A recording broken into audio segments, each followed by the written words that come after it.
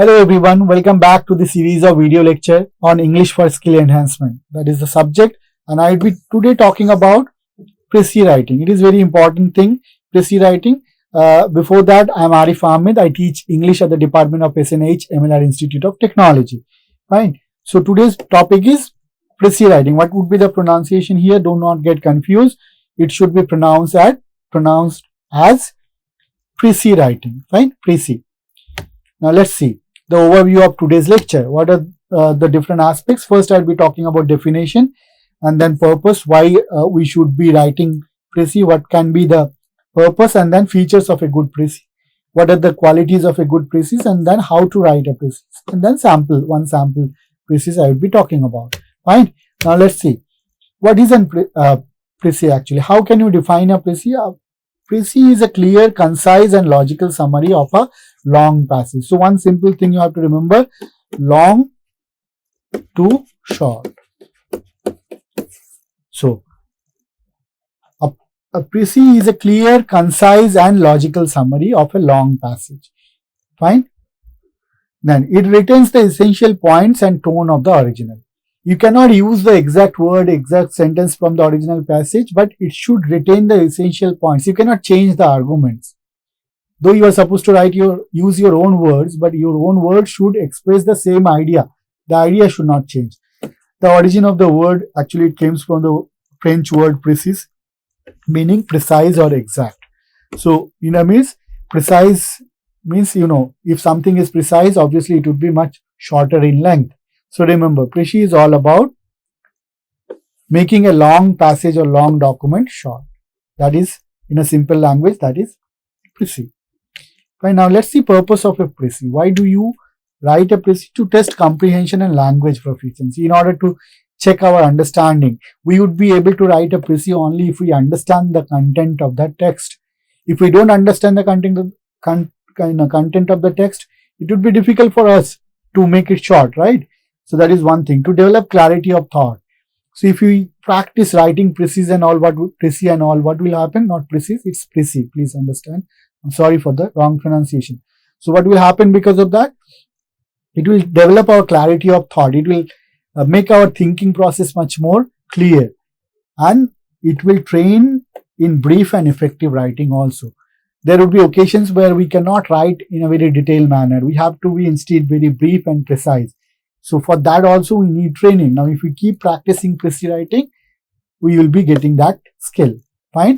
Now that is the purpose. Now features of a good Precis. Let's see what are the quality of a good Precis. It should be clear and concise. There should not be any ambiguity. It should retain the original meaning and tone. So when it comes to meaning and tone, it should retain the same meaning and tone.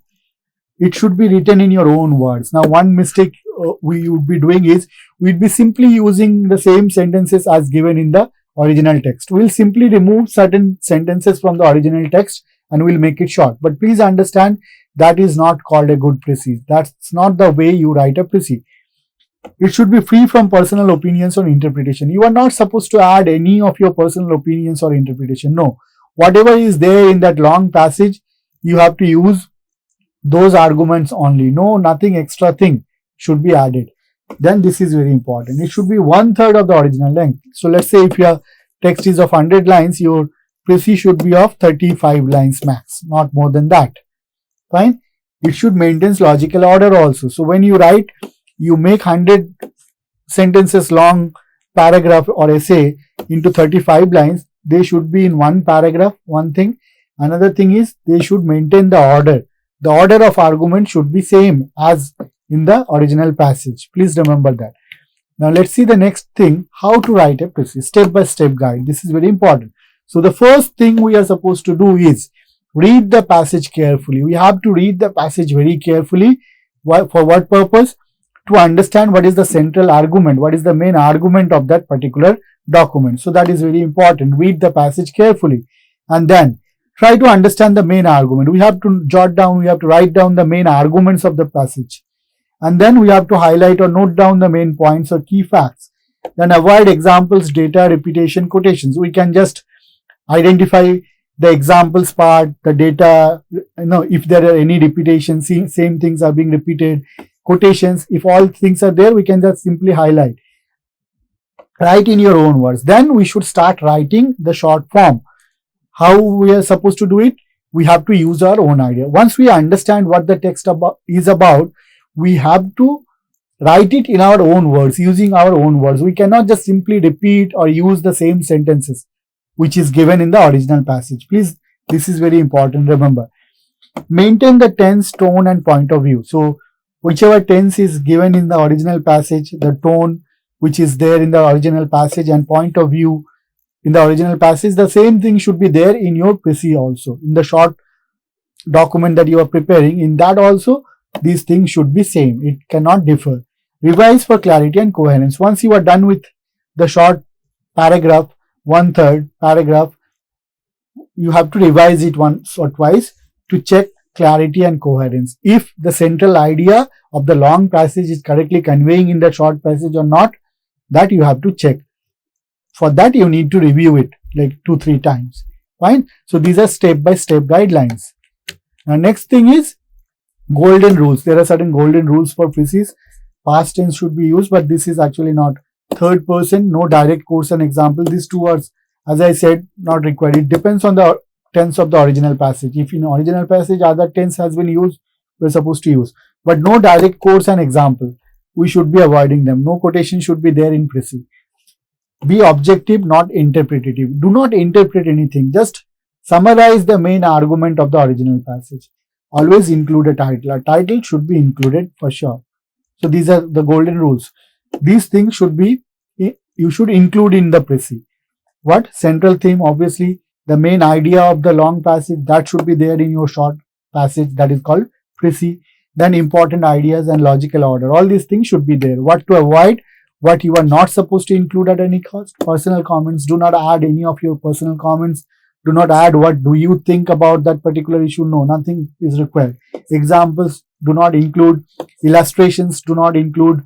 Then if any redundancy is there, you can simply remove them. Redundancy means, as you have already, we have already discussed, extra using unnecessary words or repetition of ideas. If those things are there, you can simply omit those things. Fine.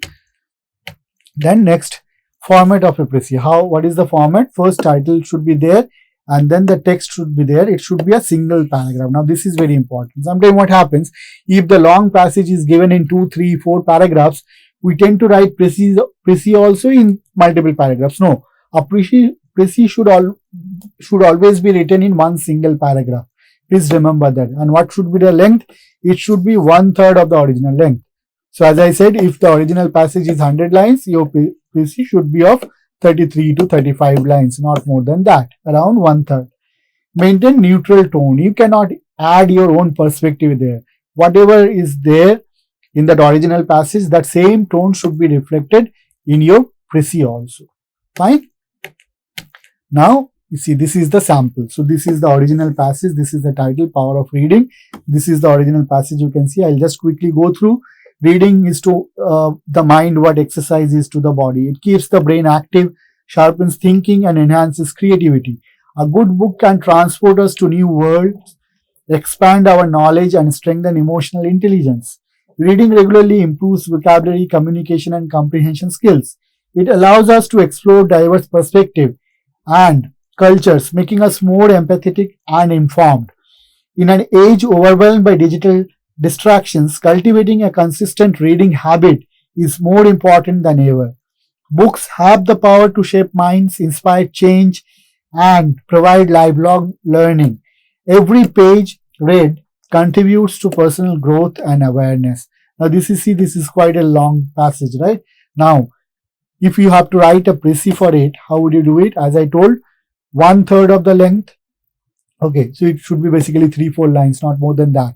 And then it should maintain the same thing. So the central idea. So you can see in a very short manner, you are understanding one thing. The passage is talking about the importance of reading.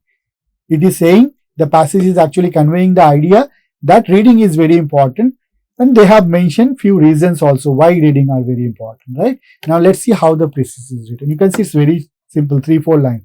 So title you have written, and then in one paragraph you are writing the Precis. How are you writing? Reading stimulates the brain, builds knowledge, and fosters empathy. It enhances language and thinking skills.